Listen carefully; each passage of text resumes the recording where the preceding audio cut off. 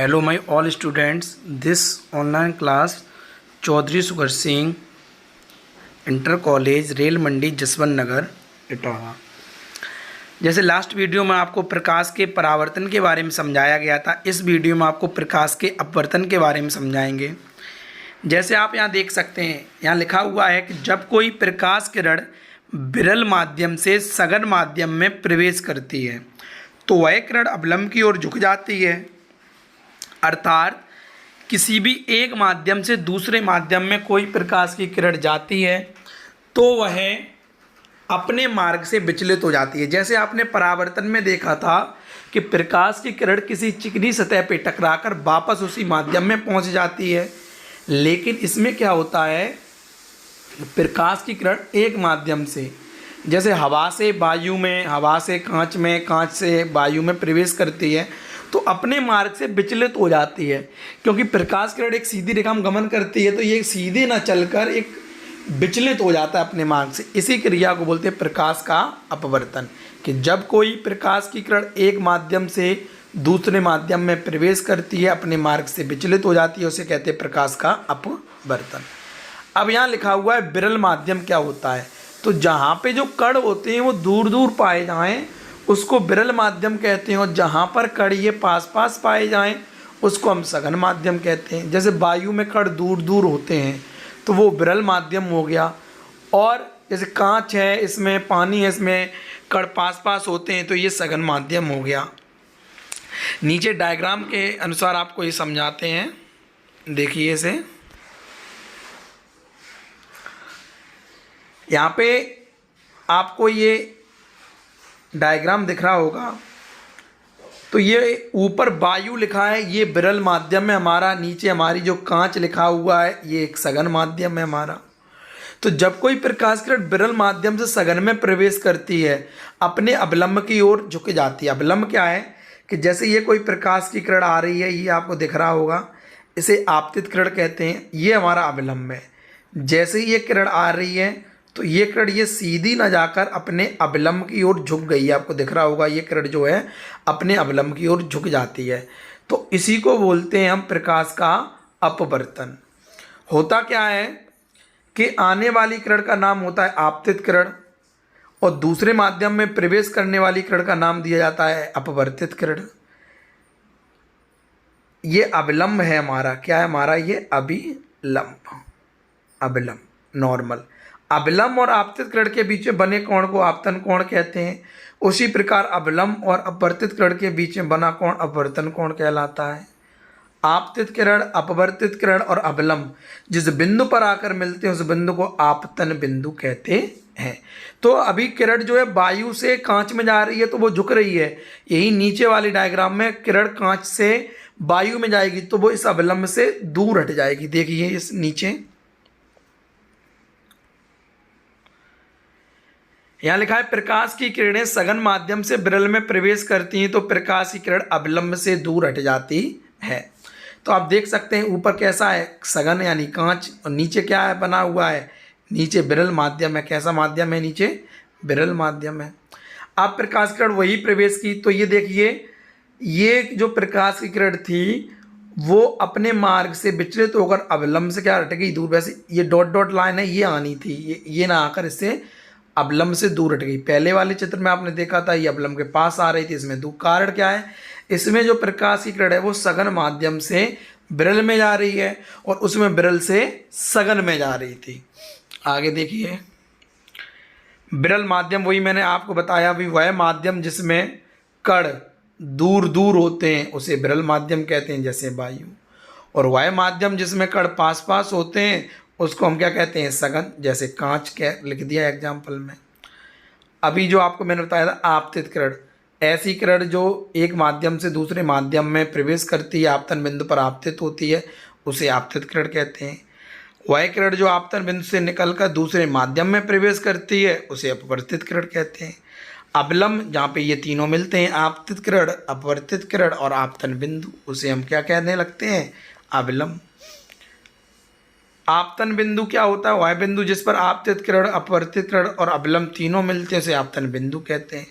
आपतन कोण अभी बताया था कि आपतित किरण और अवलंब के बीच में बने कोण को आपतन कोण कहते हैं। अपवर्तन कोण क्या है? अवलंब तथा अपवर्तित किरण के बीच में बने कोण को अपवर्तन कोण कहते हैं। जैसे परावर्तन के नियम थे वैसे ही अपवर्तन के भी नियम होते हैं दो। क्या नियम है? कि आपतित किरण जैसे ये कोई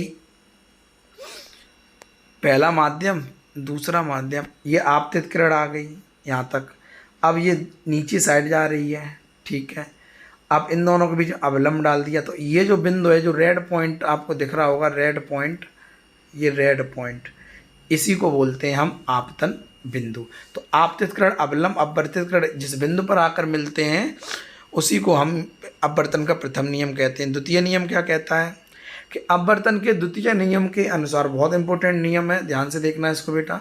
अपवर्तन के द्वितीय नियम के अनुसार आपतन कोण की जया, जैसे इस तरह से ये आ गई हमारी आपतित किरण, तो इसकी जया यानी इसका जो चाप लगा है ये, फिर ये क्या है हमारी अपवर्तित किरण, इसकी जया यानी इसका चाप, तो ये हो गया 90 का एंगल बनना है तो इसका नाम दे देते हैं साइन आई, यानी sine angle I upon sine R. क्यों? आई आपतन कोण को प्रदर्शित करता है ऊपर वाले को, आर अपवर्तन कोण को प्रदर्शित करता है। तो अपवर्तन का द्वितीय नियम कहता है कि आपतन कोण की जया यानी ये साइन आई और अपवर्तन कोण की जया साइन आर, इनके अनुपात का जो मान होता है वो नियत रहता है, स्थिरांक रहता है, बदलता नहीं है। इसी को हम द्वितीय नियम कहते हैं।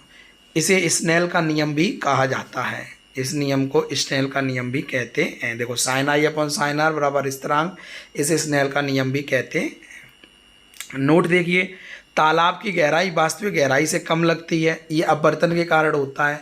पानी में डूबी हुई कोई छत टेढ़ी लगती है, ये भी अपवर्तन के कारण होता है। प्रकाश के अपवर्तन के कारण ही होता है। आपने देखा होगा किसी पानी की बाल्टी में या किसी में आप यदि कोई एक सिक्का डाल दें, सिक्का जब डाल दें तो ये लगता है ऊपर उछला हुआ लगता है, तो ये सब किस कारण होते हैं? प्रकाश के अपवर्तन के कारण। आगे देखो अपवर्तनांक क्या होता है?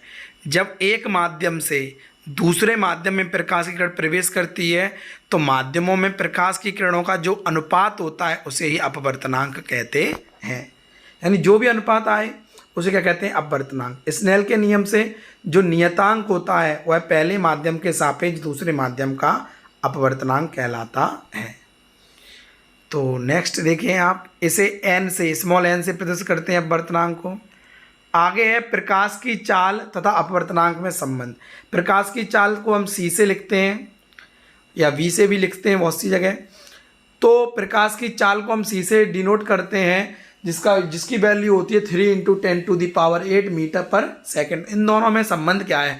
वायु या निर्वात में प्रकाश की चाल तथा उस माध्यम में, जैसे वायु में प्रकाश की चाल है और प्रकाश पानी में जा रहा है तो वो माध्यम बन गया हमारा।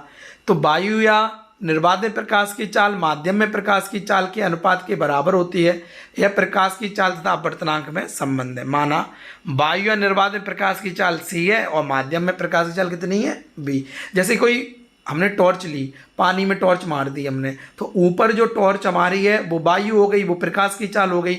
नीचे जो है वो निर्वात में प्रकाश की चाल है, जो अंदर पानी में हमें जो लाइट जा रही है, प्रकाश जा रहा है, वो माध्यम में होगा। इन्हीं दोनों के अनुपात को हम, इन दोनों का संबंध कहते हैं n = C/B।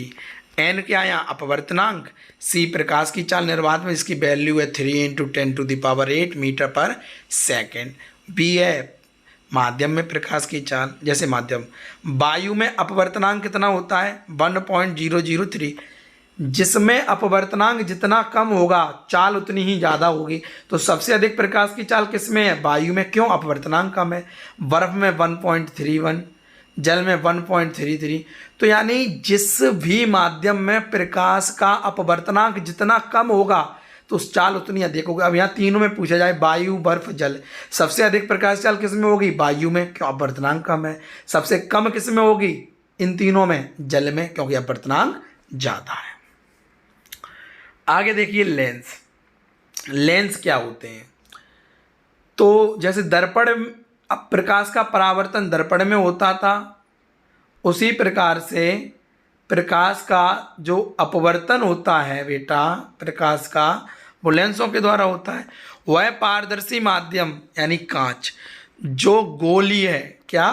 गोलीय पृष्ठों का एक गोलीय पृष्ठ के साथ साथ एक समतल पृष्ठ से घिरा होता है, उसे हम लेंस कहते हैं। लेंस दो प्रकार के हैं, अवतल लेंस और उत्तल लेंस, यानी कॉनकेव लेंस और कॉन्वेक्स लेंस। देखिए यहाँ पे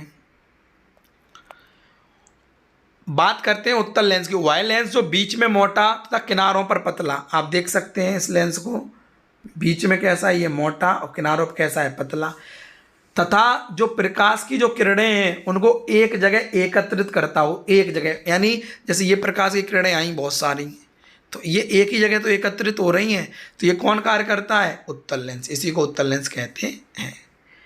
नेक्स्ट है अवतल लेंस। अवतल लेंस आपसे पूछे क्या होता है, तो वह लेंस जो बीच में तो पतला होता है, किनारों पर मोटा होता है, और जो प्रकाश की किरणों को फैलाने का काम करता है। कैसा काम करता है? फैलाने का। तो इस लेंस को क्या बोलते हैं हम लोग? अवतल लेंस।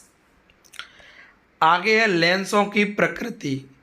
लेंसों की प्रकृति क्या होती है? तो लेंसों की निम्न दो प्रकृति होती है। एक होती है अभिसारी लेंस, बहुत ध्यान से देखना है इसको।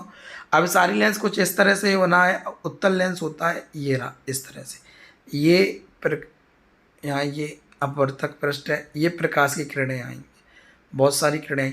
अब इन्होंने क्या किया? सभी किरणों को एक ही बिंदु पर जाकर मिला दिया। ये बिंदु दिख रहा है आपको, ये दिख रहा होगा, इस बिंदु पर जाकर मिला दिया। तो अभी मैंने आपसे क्या कहा था कि उत्तल लेंस होता है वो प्रकाश किरणों को एकत्रित करता है एक जगह, तो वही प्रकृति कौन करता है? अभिसारी लेंस करता है। तो इसको उत्तल लेंस भी कहते हैं। F1 F2 क्या है? ये फोकस है क्रमशः। दो क्यों है? क्योंकि अभी कहा था कोई, यानी कोई भी गोलीय पृष्ठ है, ठीक है, और वो एक समतल पृष्ठ होता है उसके बीच में, इसी को क्या बोलते हैं हम? लेंस।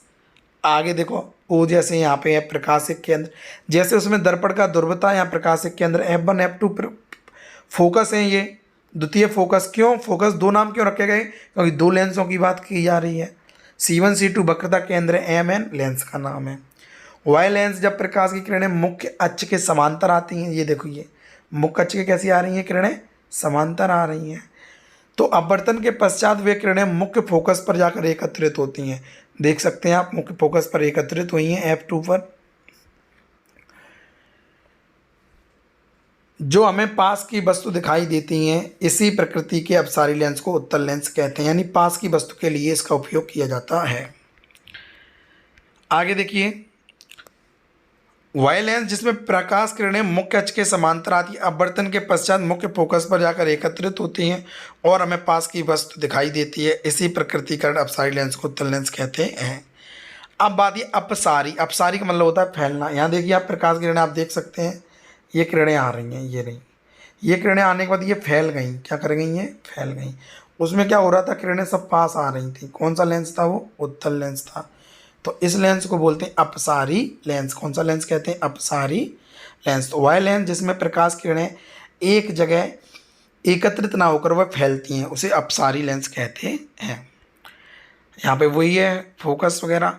वह लेंस जिसमें जब प्रकाश किरणें मुख्य अक्ष के समांतर आती हैं तो अपवर्तन के पश्चात प्रकाश किरणें सभी दिशाओं में फैल जाती हैं और हमें दूर की वस्तु दिखाई देने लगती है, इसी कारण अपसारी लेंस को उत्तल लेंस कहते हैं। आगे लेंसों के उपयोग। उत्तल लेंस का क्या उपयोग है? उत्तल लेंस का उपयोग पास की वस्तु को स्पष्ट रूप से देखने के लिए किया जाता है। जैसे हमें पास का कुछ नहीं दिखाई देता, जो भी चश्मे हमारे बनाए जाते हैं पास की निगाह के लिए, जो अखबार नहीं पढ़ पाते हैं, बुक पढ़ने में दिक्कत होती है जिन्हें, उनके लिए उत्तल लेंस का उपयोग करके चश्मे बनाए जाते हैं। उत्तल लेंस का उपयोग सूक्ष्मदर्शी, फोटोग्राफी, कैमरे आदि के लिए किया जाता है। अवतल लेंस का क्या होता है कि अवतल लेंस का जो उपयोग होता है वो दूर की वस्तु देखने के लिए, जैसे पीछे कोई बच्चा बैठा हुआ है लास्ट बेंच पर, उसे बोर्ड का नहीं दिख रहा है, तो उसके लिए अवतल लेंस का चश्मे का उपयोग करके, अवतल लेंस का उपयोग करके चश्मा बना के उसका चश्मा बनाया जाता है। तो पास का देखने के लिए उत्तल लेंस का उपयोग करते हैं, दूर का देखने के लिए अवतल लेंस का उपयोग करते हैं। तो ये था आपका प्रकाश का अपवर्तन लेंस और उनके प्रकार। और ये ऑनलाइन क्लास आपको चौधरी सुगर सिंह इंटर कॉलेज, रेल मंडी, जसवंत नगर, जिला इटावा, उत्तर प्रदेश के संचालन द्वारा संचालित की जा रही है। और आप बहुत अच्छे से मेहनत करें, आगे बढ़ें और अपनी पूरी तैयारी करें। Thank you.